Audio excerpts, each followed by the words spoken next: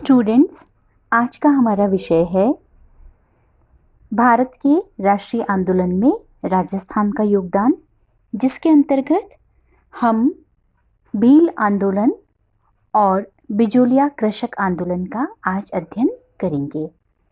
इससे पूर्व की क्लास में हम पृष्ठभूमि को समझ चुके हैं और स्वतंत्रता संग्राम में अभी हम पढ़ेंगे कि भीलों का जो योगदान था वह किस प्रकार रहा।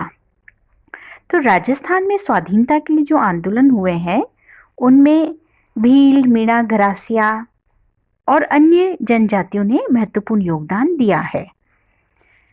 आप सभी जानते हैं बच्चों कि राजस्थान में भील, मीणा, गरासिया, सासी, डामोर, सहरिया ये प्रमुख जनजातियां हैं जो प्रारंभ से ही बहुत पुराने समय से यहाँ रहती चली आई हैं। ये माना भी जाता है कि ये जो जनजातियां हैं यहाँ की मूल निवासी थी। राजपूतों के राज्य स्थापित होने से पहले इस क्षेत्र में इनके छोटे छोटे बहुत सारे जनपद थे।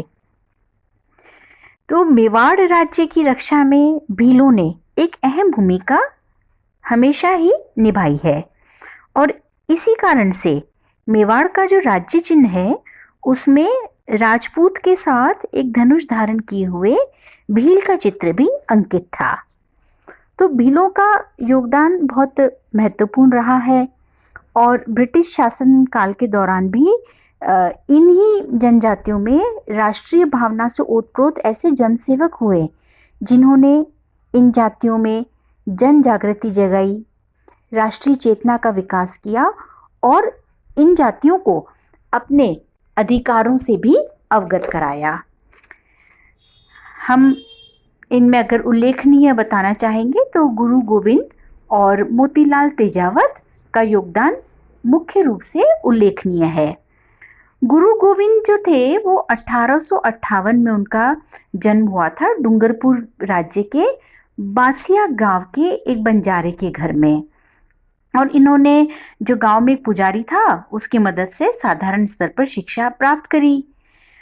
ये स्वामी दयानंद सरस्वती की प्रेरणा से अपने युवा काल से ही जनजातियों की सेवा में जुड़ गए और इन्होंने आदिवासियों की सेवा के लिए 1883 में 1883 में संप सभा, यह एक संस्था थी जिसकी इन्होंने स्थापना करी और इस संस्था के माध्यम से उन्होंने जो मेवाड़ के डूंगरपुर, गुजरात, ईडर, विजयनगर, मालवा के जो भील और गरासिया थे उनको संगठित किया और उन्होंने इन जातियों को प्रेरित किया कि किस तरह से वे समाज की बुराइयों को दूर कर सकते हैं या जो कुरीतियां व्याप्त हैं उनको कैसे दूर किया जा सकता है और क्या क्या इनके अधिकार हैं, क्योंकि ये जो जातियां थी अधिकारों के प्रति अपनी जागरूक नहीं थी और कई इनमें अभाव था। मूल रूप से देखा जाए तो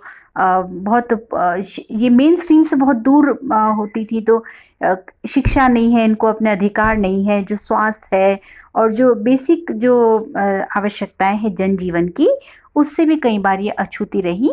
तो इनको जागृत करने में गुरु गोविंद ने महत्वपूर्ण भूमिका निभाई और ये इसीलिए इनको गुरु गोविंद के नाम से बुलाया जाने लगा क्योंकि इन जातियों में ये बहुत ही जल्दी लोकप्रिय हो गए थे।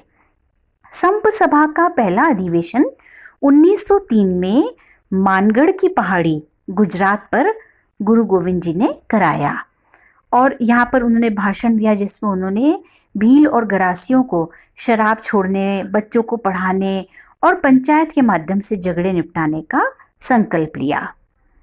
गुरु गोविंद ने इन जातियों को बैठ बेगार गैर वाजिब लागतें नहीं देने के लिए समझाया। हर साल संप सभा का आयोजन होने लगा और स्थान वही मानगढ़ की पहाड़ी पर यह आयोजन होता था और एक तरह से भील और गरासियों में जन जागृति का आह्वान किया जाता था।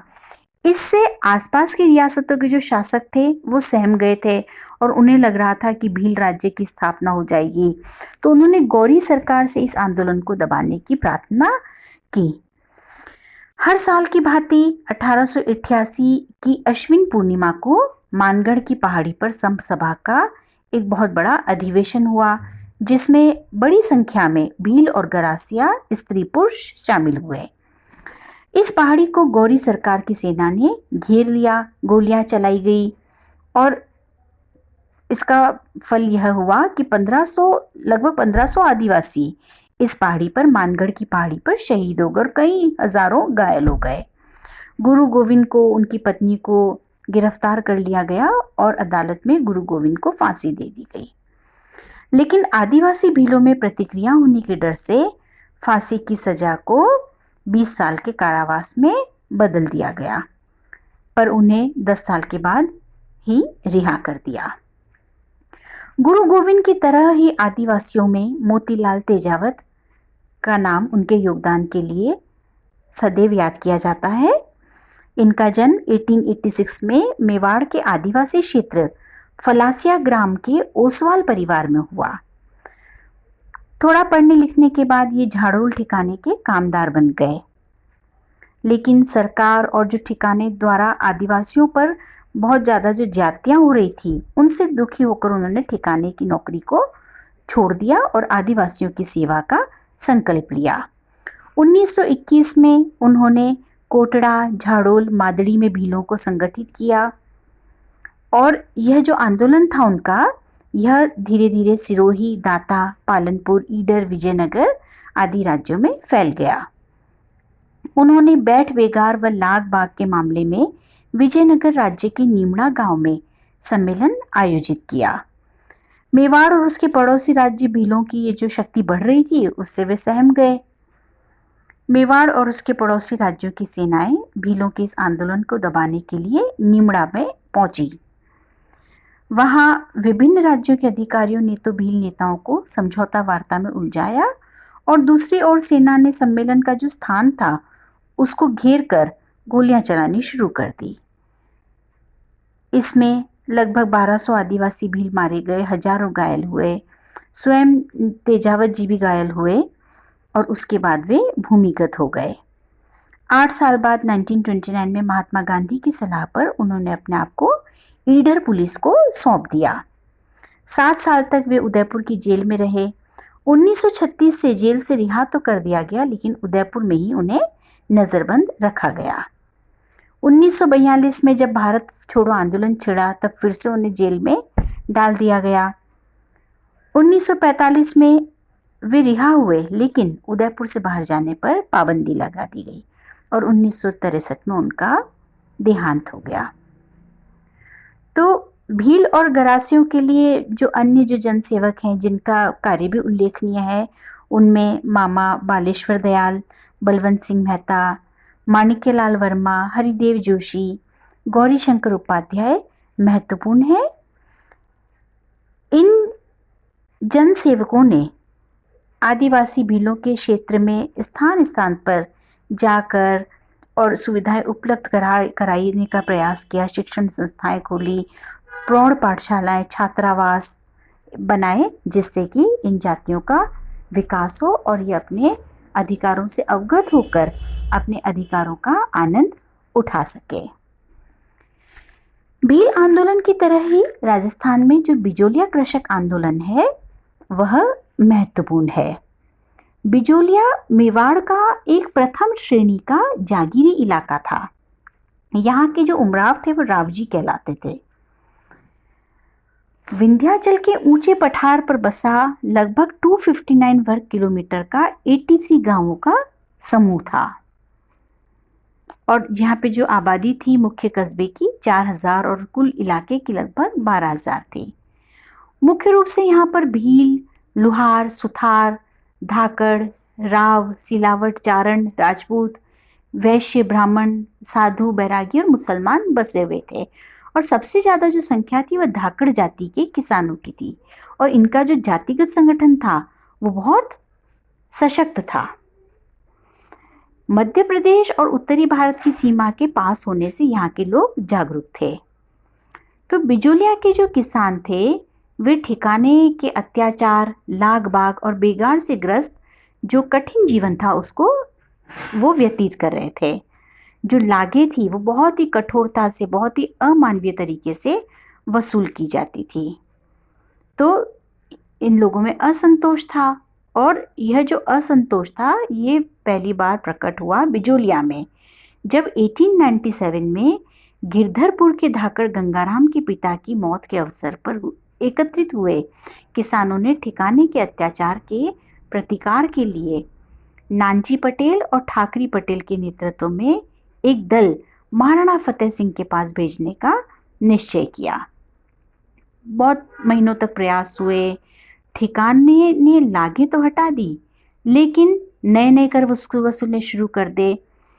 तो ठिकाने की जो नीति थी, दमनकारी भेदभावपूर्ण नीति थी, उससे किसानों के मन में जो असंतोष था वह बढ़ता जा रहा था, और किसानों को साधु सीताराम, ब्रह्मदेव तथा फतेहकरण चारण ने फिर से 1913 में उन्हें संगठित किया।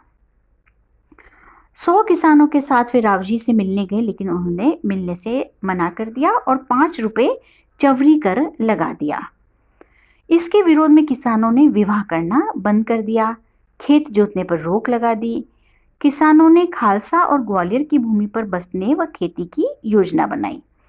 तो इससे ठिकाने की आय को बहुत धक्का पहुंचा, और इसके विरोध में सीताराम, फतेहकरण और जो ब्रह्मदेव थे उनको देश निकाला दे दिया, और फिर से इन्होंने जो किसानों का दमन करना शुरू कर दिया। ठिकानों जो थे वो किसानों का दमन करते जा रहे थे। 1916 में भीषण अकाल पड़ा और प्रजा बहुत पीड़ित थी, बहुत गरीब हो रखी थी, और लेकिन लाग बाग और युद्ध का चंदा इकट्ठा हो रहा था। तो माणिक्यलाल वर्मा ठिकाने की सेवा त्याग आंदोलनकारियों के साथ हो गए। कृषक आंदोलन में अधिक जान डालने के लिए साधु सीताराम ने पथिक जी से आंदोलन का नेतृत्व करने का अनुरोध किया। फलस्वरूप पथिक जी 1916 के अंत में बिजोलिया आए। माणिक्यलाल वर्मा व साधु सीताराम के सहयोग से विद्या प्रचारणी सभा के कार्य में गति उत्पन्न की गई।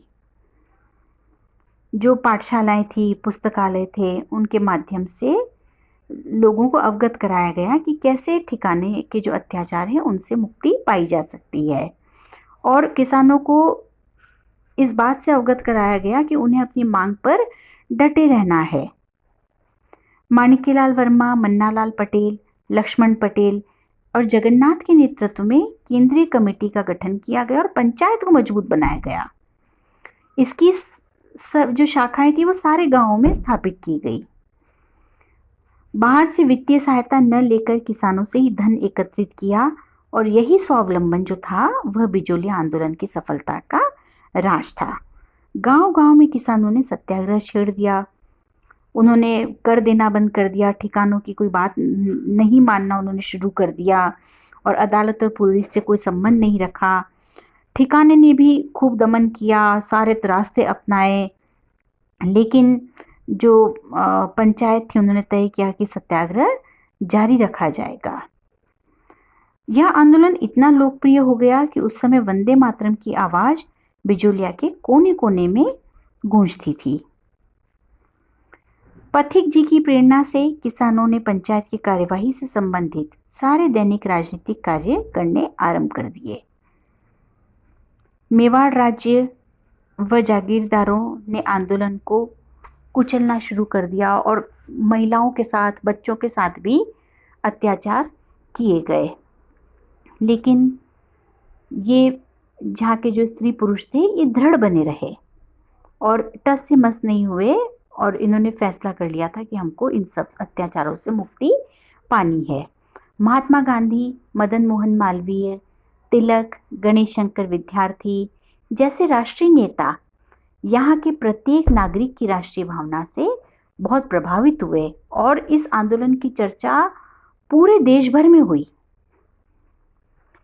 मेवाड़ सरकार ने स्थिति को सुलझाने के लिए एक कमीशन भी नियुक्त किया, जिसके सदस्य ठाकुर अमर सिंह, अफजल अली और बिंदुलाल के कमीशन ने सिफारिश की कि बिजोलिया के किसानों की मांगे न्याय संगत है, लेकिन ठिकानेदार ने कमीशन की रिपोर्ट को ठंडे बस्ते में डाल दिया। जो आंदोलन था यह जोर पकड़ता जा रहा था, और 1921 को दूसरा कमीशन ठिकाने की स्थिति और कृषकों की मांग की जांच के लिए नियुक्त किया गया और पंडित रमाकांत मालवीय, ठाकुर राज सिंह, मेहता तख्त सिंह इसके सदस्य थे। यह बैठक उदयपुर में रखी गई, जिसमें किसानों के 8 प्रतिनिधि आमंत्रित किए गए। इस बार भी कमीशन ने किसानों की इन मांगों को न्याय संगत माना, लेकिन फिर भी इनकी सिफारिश पर कोई ध्यान नहीं दिया गया और जो ब्रिटिश सरकार थी वह पूरा उपाय करती जा रही थी कि कैसे इन आंदोलनों को दबाया जाए। 1920 में पथिक जी ने आंदोलन को अच्छे से चलाने के लिए कुछ दिशा निर्देश दिए और वर्धा पहुंच गए। माणिक्य लाल जी के सहयोग से आंदोलन को दिशा निर्देश देने लगे और राजस्थान केसरी के माध्यम से किसानों की आवाज पूरे देश में पहुंचती रही। आंदोलन को गति देने के लिए 1921 में पथिक जी वर्धा से अजमेर आए, लेकिन उनका मेवाड़ जो प्रवेश था वह निषिद्ध कर दिया गया। 1921 को मेवाड़ महाराणा ने राज सिंह बेदला को बिजोलिया के किसानों को समझाने और युवा जागीरदार को सलाह देने के लिए भेजा, लेकिन स्थितियां जो थी वह गंभीर ही बनी रही। ठिकानों ने 8000 बीघा जमीन नए खातेदारों को नए लगान दर पर सौंप दी। स्थितियां बहुत गंभीर हो रही थी, तो ब्रिटिश हुकूमत ने बिजोलिया समस्या के समाधान के लिए 1922 में एजीजी हॉलैंड के नेतृत्व में एक बड़ा सा कर्मचारी मंडल भेजा। हॉलैंड व किसानों के मध्य समझौते में किसानों की कई मांगें स्वीकार कर ली गई, बेगार प्रथा समाप्त कर दी और अधिकांश जो लाग बाग था उसको भी खत्म कर दिया। किसानों के विरुद्ध मुकदमों को वापस लेने और खेती नहीं किए गए वर्ष का लगान न लेने के आश्वासन के साथ आंदोलन का पहला चरण समाप्त हो गया। तो इस तरह से बच्चों जो भील आंदोलन था, भीलों को संगठित करने के लिए जो किया गया और हमने देखा कि किन किन जनसेवकों ने अपना समर्पण, अपना त्याग इन आंदोलनों को दिया। इसी तरह से बिजोलिया में भी जो किसानों के प्रति अत्याचार था और जो उन पर दमन किया जा रहा था उनके साथ, उसके विरोध में आवाज़ उठी, असंतोष हुआ और जिन सौभाग्य से बहुत ही समर्पित जनसेवकों का नेतृत्व इन आंदोलनों को प्राप्त हुआ और ये आंदोलन केवल अपने क्षेत्र तक सीमित नहीं रहे। जो राष्ट्रीय भावना इन आंदोलनों के माध्यम से जगी, उसका प्रभाव और उसका जो एक तरह से कह दे जो इम्पैक्ट पड़ना था वो पूरे देश में पड़ा और देश भर में इन आंदोलनों को पहचान मिली।